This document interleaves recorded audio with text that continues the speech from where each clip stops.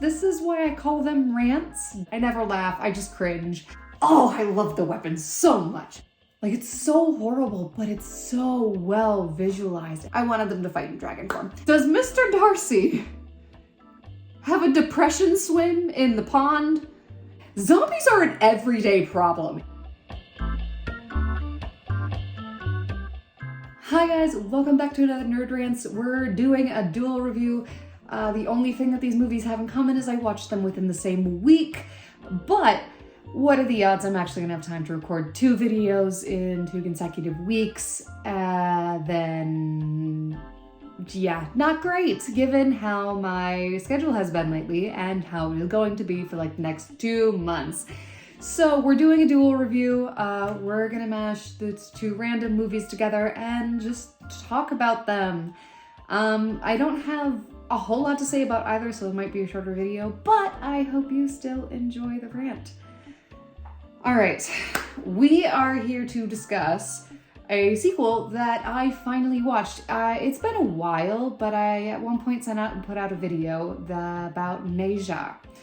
I think it was when in one of my multiple review videos, and I actually don't know what to call it because it's not exactly a review because I don't really sit down and plan out what I'm gonna say, and sometimes things come across that don't actually, they don't come across the way I want them to. So this is why I call them rants. Please do not come in expecting an analysis of a movie.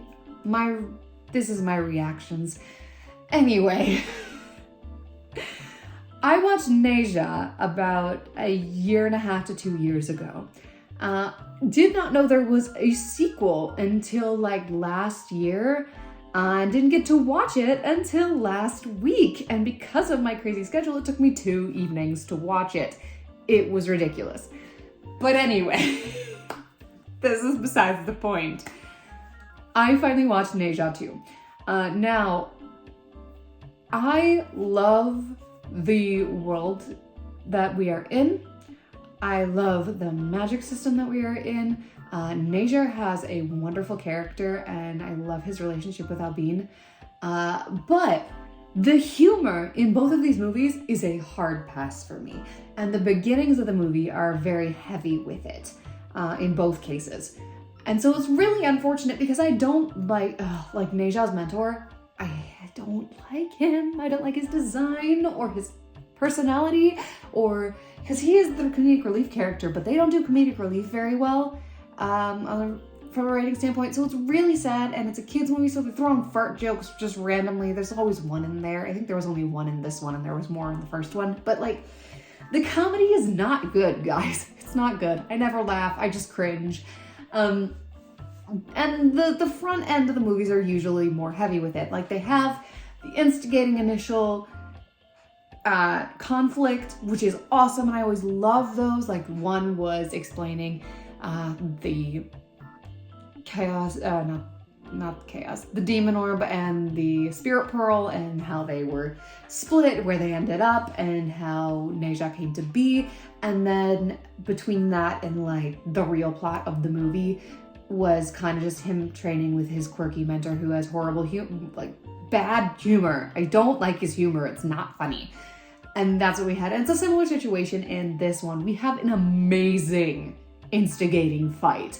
Like, we find out one of the dragons has a claw that can cut a rift from where the claw is to where she is. So that's why she can't use it to escape, because 1, they are chained by magical chains, and 2, the claw needs to be outside the prison in order to cut a rift into the prison to her.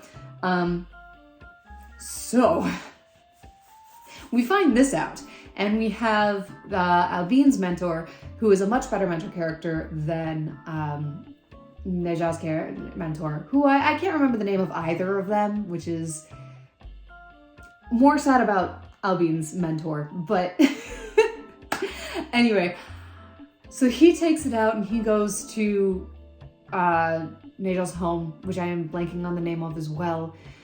I'm blanking on a lot of the names, guys. It's bad. I don't remember all the names of these. Oh.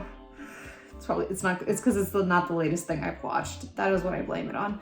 And it took me 2 days to watch it. I blame it on that as well. It was broken up.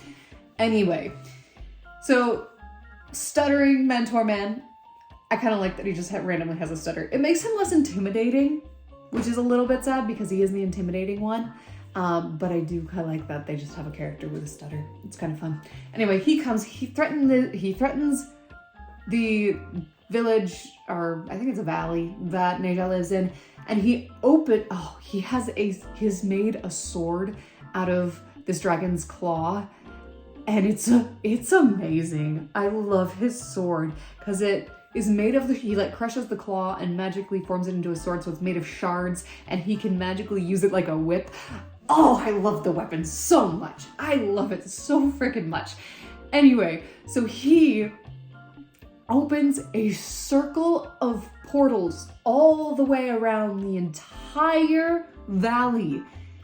And because of where the dragon's prisons are, well, prison, singular, all of this lava, it's like in a volcanic pit beneath the ocean. That is where their prison is. So lava just starts pouring out of all these rifts, followed quickly by these abyss monsters, which are just like these mutated sea creature things.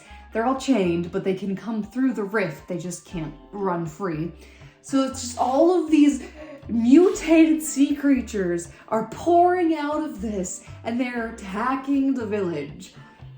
I love this fight scene. It's one of the best movie openings I've seen in like a while. It's so good. I love this fight. It's just the lava pouring everywhere, and these creatures whom I love the designs of. There are 2 of these abyss monsters that I do not like the designs of, and they're more like gladiatorial, so they're sort of anatomically made to be kind of humanoid. And they are the ones with like lines, and the rest of them don't really talk. And they are used later on in the movie as sort of comedic relief characters, which again, the comedy is not great in this film.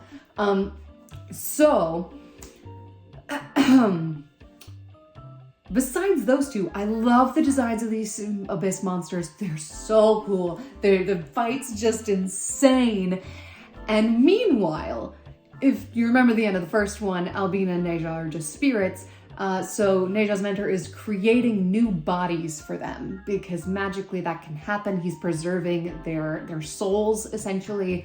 And so now he's just creating a new form for them with a magical lotus that like can regenerate things, whatever. And so he's recreating their bodies. Neja is finished technically second, but like he is more stubborn and like his body is harder, so he recovers. Actually, no, that doesn't start. I am getting ahead of myself. This is not how it happens. The abyss monsters break through.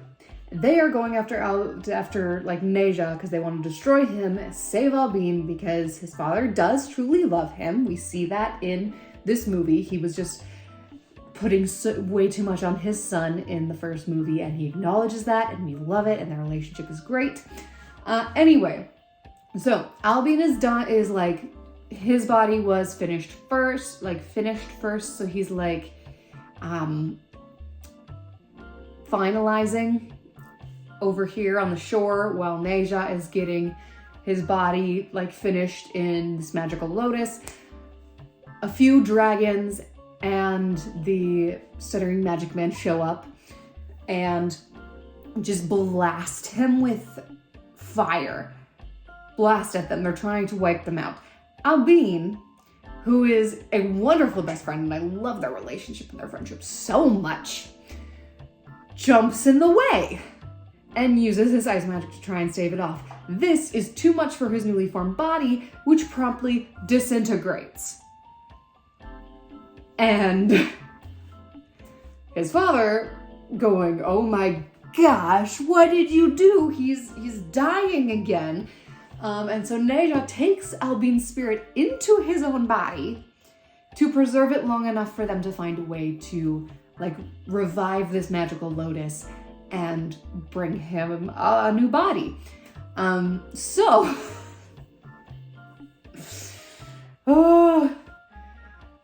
yeah, it's we start with that. And it's nuts. And so we have the plot laid out, like Neja's going to train to become an immortal so that he can pick something from the Master's Vault. And within there is an elixir that can save the lotus and therefore give them another chance to make Albin a new body. So Neja, with Albin's spirit inside of him, goes off to I don't remember the name of the temple, but goes off to the temple to take the path of immortality, face the trials, and become immortal. This is where a lot of the unfortunate humor comes in. We have some cool fights. He eventually gets there, but not before something happens and his entire village is destroyed in a fiery, volcanic demise. And they do not hold back on the visualization of it. Like all of the fight things and the visual things that happen in his home are dark and horrible and so well done.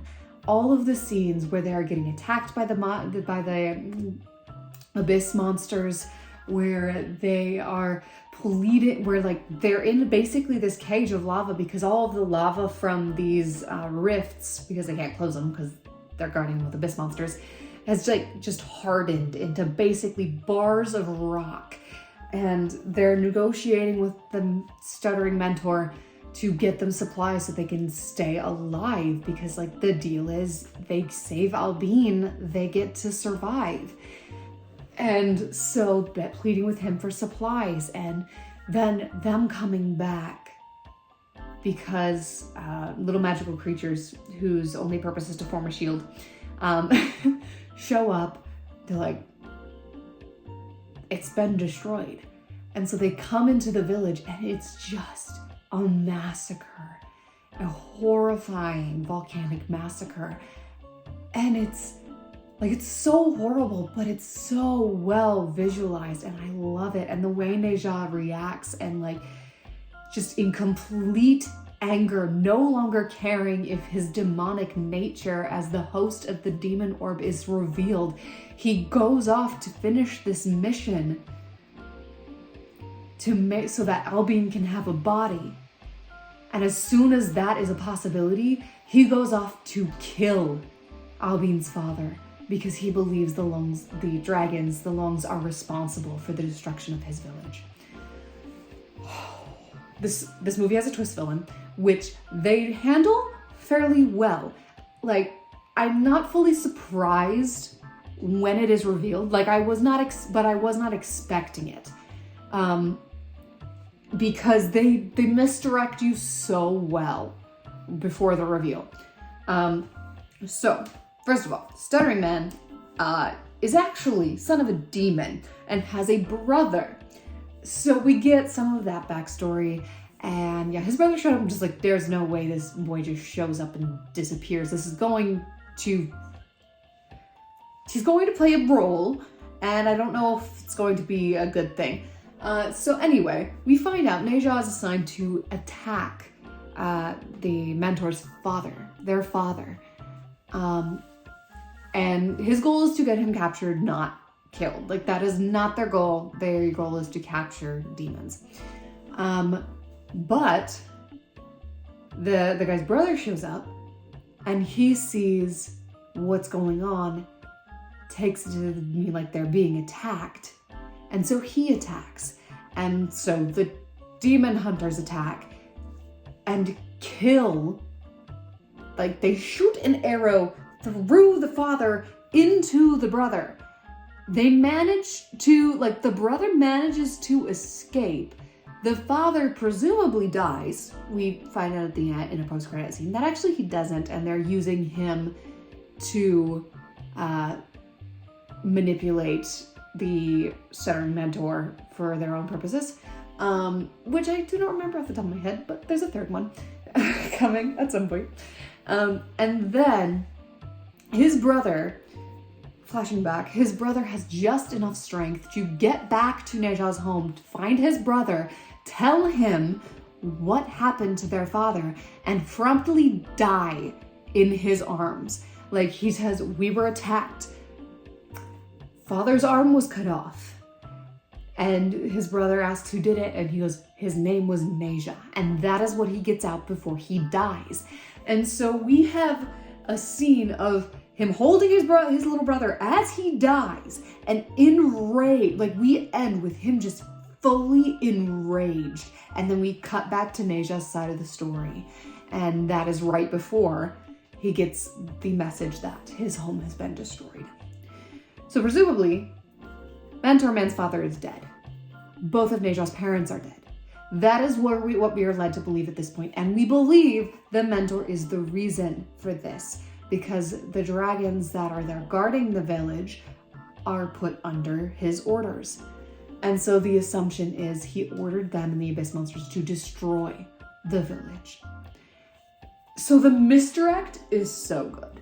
So good, because it's entirely believable that he would do this.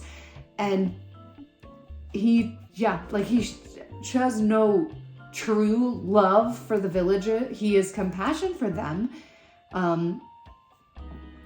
and like helps them a little bit. But seeing his brother die in his arms, knowing, according to his brother, that Neja is responsible for hurting, if not killing, his father, it makes sense. Only for us to find out at the end that the master of this temple, who is just this like devoted disciple to the Grand Master, which is basically like, or the Great Master, which is like King of the Universe, is the villain. He is power hungry. He is cowardly. He frames people like demons and dragons to take the fall for something he has done so that he can wipe them out, giving himself a reason to wage war against them and wipe them out. We find out that Neja's parents are not dead.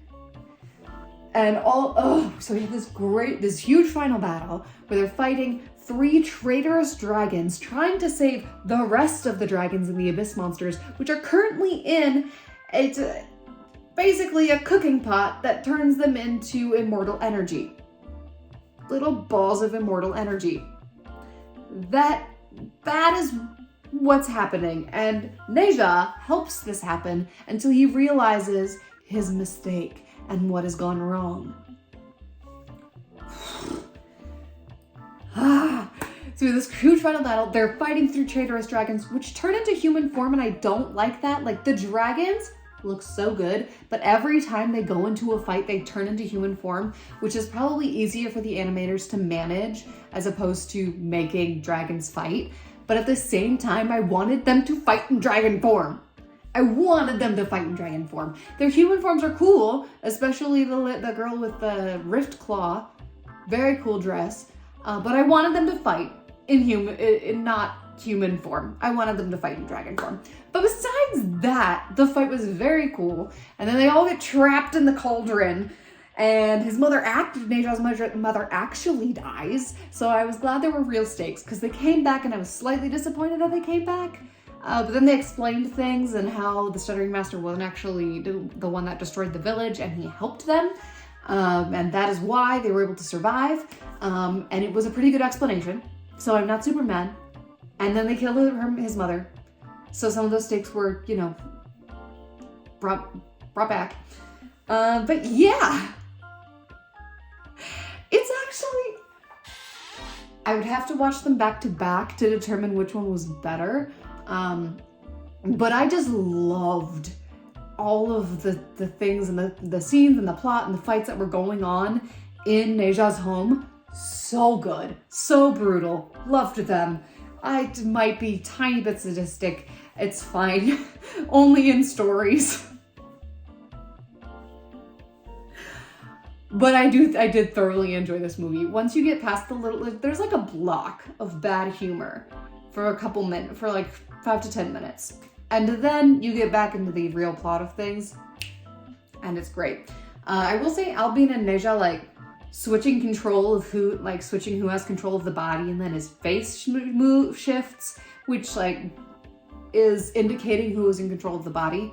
I did not like Albin's face on Neja's body. It did not look right. But it was interesting. Also, we've totally forgotten Neja has brothers who are immortals and part of this order. And he has never met them. And so we have a really cool scene where, like, hey, the stars are aligned. Everybody from, like, these masters from across the world can meet and discuss things. Hey, by the way, we took this opportunity since you are here, Neja, to bring your brothers so you can finally meet them. Neja freaks out and takes sleeping pills so that Albin has to take control of his body and meet his brothers for him. And it's, I love Neja and Albin's characters. They are the best characters in the entire movie. Because they're the main characters, so obviously there's a lot more focus on them. But there's just so much in comparison to them and literally every other character in the movie. There is a massive difference, which is borderline too much between main character and secondary character. Because there are secondary characters that are important to the plot and they get almost zero growth, and then there's like Neja and Albin, which are way up there off the charts, and they get all of the emotional scenes, and they get all of the arc, and they get all of the things. So yeah, there's very much focus on Neja and Albin's characters and their relationship and that kind of thing, and not quite as much on the other characters, which is a little sad, and I'd like to get to know those other characters a little bit more. But anyway, yeah, I thoroughly enjoy the Neja films. I do watch them dubbed. I honestly just don't know where I would find the subtitle versions of them, but I'm genuinely interested, as someone who does also watch anime, to watch the subbed versions of them and kind of just see the difference a little bit. Not sure it would help the humor at all, but it'd just be interesting for like the emotional scenes and the more intense scenes, like how those subtle differences between dub and sub like change the context and that kind of thing. So if anyone knows where to watch the subtitle versions of those, that would be great. Anyway, those are my thoughts on Neja. I do enjoy this universe. I don't like the humor, but I love the characters and the world and the magic, and the animation in the second one was absolutely gorgeous. It was insane. I loved it so much. It's like, especially the landscapes. We went from abyss monsters and landscape to like the human characters, like not even Neja, but like his mentor. Huge difference between him and the landscape animation. It was nuts. So good though.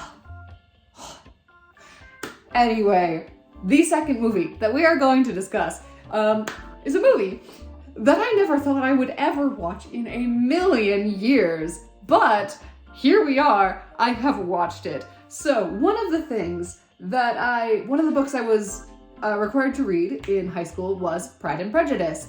Not a huge fan of that kind of book. Very slow paced, very boring. There is not a lot going on. I skipped a chapter near the end and felt none the worse for skipping it. I felt like I missed none of the story, except maybe Mr. Darcy, in sadness of being rejected, jump into a pond and go for a swim, because that has been now in 2 of the iterations I have watched this story.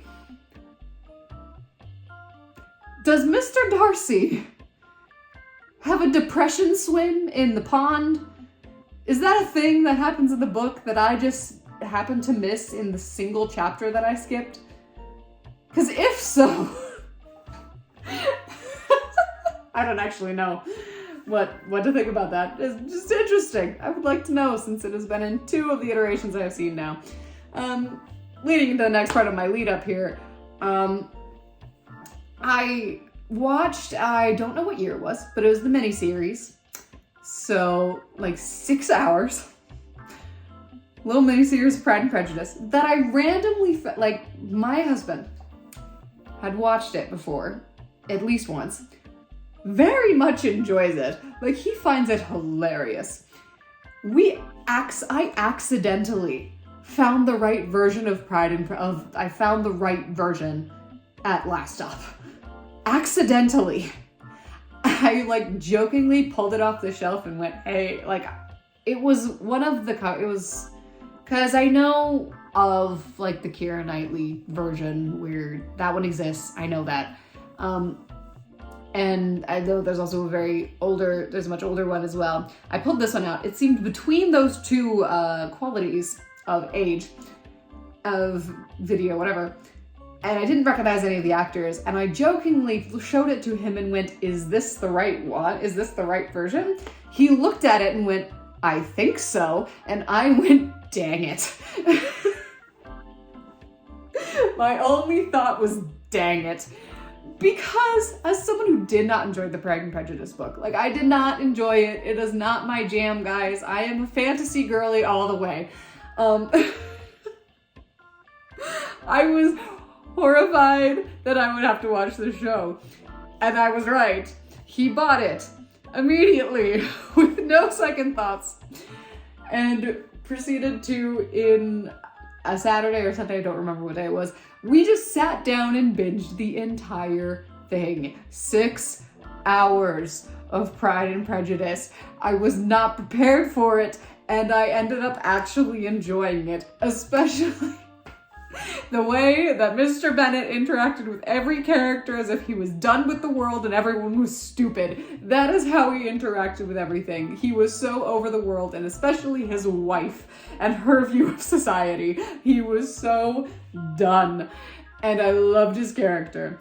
And the rest of it was genuine. Like, it was genuinely entertaining. I enjoyed it. I was not expecting to, but I did.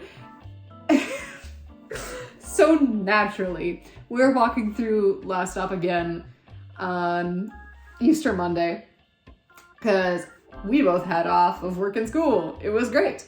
Anyway, we're walking through Last Stop, and I jokingly pull Pride, Prejudice, and Zombies off of the shelf. And we're having a little chuckle about it, and then he asks me, like, what do you think? Like, Jen basically asks me if I want to purchase this film. And my response is, I would be willing. It's like, I don't want to buy it, because, like, I haven't seen it. I don't know if I want to purchase this film. But I might be convinced to watch it. So the next day, when he's at school, he goes to the college library. And what does he bring back except Pride and Prejudice and a zombie?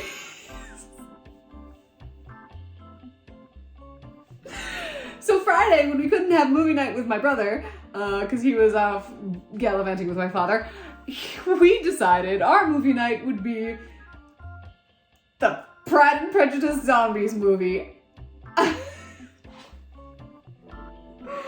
I was not at all prepared for what this movie would be. I was not ready for how, like, seamlessly they worked zombies into the Pride and Prejudice universe. Like, it worked far too well. Like, I will give props to the people in charge. They did a wonderful job of mashing zombie apocalypse into Pride and Prejudice. And it felt like a complete universe. It borderline felt like the zombies were supposed to be there. It was nuts. And, like, the effects for the zombies and stuff was pretty good. And it's just so seamlessly. It's insane. It was genuinely entertaining. There was a level of seriousness to it. Like, honestly, I'm gonna be so real right now. It might be a 5 or 6. It might be, no, it's not even mid. It might be a 6 out of 10. It might genuinely be a 6 out of 10. It's actually so great for what I was expecting of just this really corny, not well animated, very CGI. That's what I'm thinking of. Not well done effects and, like, choppy because they're trying to put two very different stories together. From what I was expecting of like all that, none of that was a problem. The casting did well, the quality of like the effects and the cinematography and that kind of stuff was well done. The stories just seamlessly fit together. It was actually nuts. And oh my gosh, and there's actually so much of it that is true to the book itself. And then they just kind of throw zombies in there. But because of how the storyline works, it's like, it doesn't start at the outbreak of zombies. It starts in the midst of the zombie apocalypse with these different pockets of civilization that are still alive, that are avoiding infection. We have armies of people like Mr. Darcy that are going into places if they hear rumors, and they're taking out anyone who is infected in order to preserve the life of the people who are still alive. And that is how we start, with Mr. Darcy taking out a zombie and missing one because the hostess lady protects her, and her initiating a new outbreak, and that in this area. That's how it begins. But zombies are an everyday problem in this universe. Like, the apocalypse, the zombie infection has been going on long enough that all of the Bennett sisters and like everyone have learned martial arts, swordsmanship, and marksmanship in order to just do life in this universe where zombies exist. It's just a thing. It is just something that happens. If a zombie pops up, they pop it in the head and blow its head off. And then they go about their day, going to the like, there's literally a scene where it's after Mr. Collins, their cousin, shows up. He's trying to marry one of the sisters. They're gonna go walk to the market because the little sisters want to see all the soldiers in their uniforms. So they're just walking to the market, come across a crashed carriage with a zombie inside trying to like set a trap. And so we have this scene where the zombie crawls out, goes, "I barely survived this crash, this accident." And they go, "You didn't exactly survive." One of them blows her head off, and then they continue on their way to the market. It's just literally an everyday occurrence, and it's insane. And it works way too well, and I actually enjoy it way too much. And this might be a version of Pride and Prejudice that I could actually get my older brother to watch, because he stubbornly refuses. He refuses. I don't even know if he actually read the book, or I don't remember if he had to for school or not. May or may not have read the book. Does not like any story like this, like probably not Bridgerton, definitely not Downton Abbey, none of that. Refuses to watch any rendition to Pride and Prejudice. I am curious if I can get him to watch Pride, Prejudice, and Zombies, because genuinely, I genuinely enjoyed it. It is the Pride and Prejudiceness of it is broken up with just zombie attacks. There is a zombie outbreak at the ball that they go to in town where they first meet Mr. Bingley and Mr. Darcy, and so there's the initial zombie gets killed. All of the Bennett sisters proceed to pull knives and swords out of their dresses and then go back into the party hall to just massacre a bunch of zombies. I can't! I thoroughly had a very pleasant experience watching this film, which sounds so weird. And then they ended on a cliffhanger where, like, the big bad and the zombies actually, like, they ended on they get married and the last bridge to the main area where all, like, the main zombies has been taken out.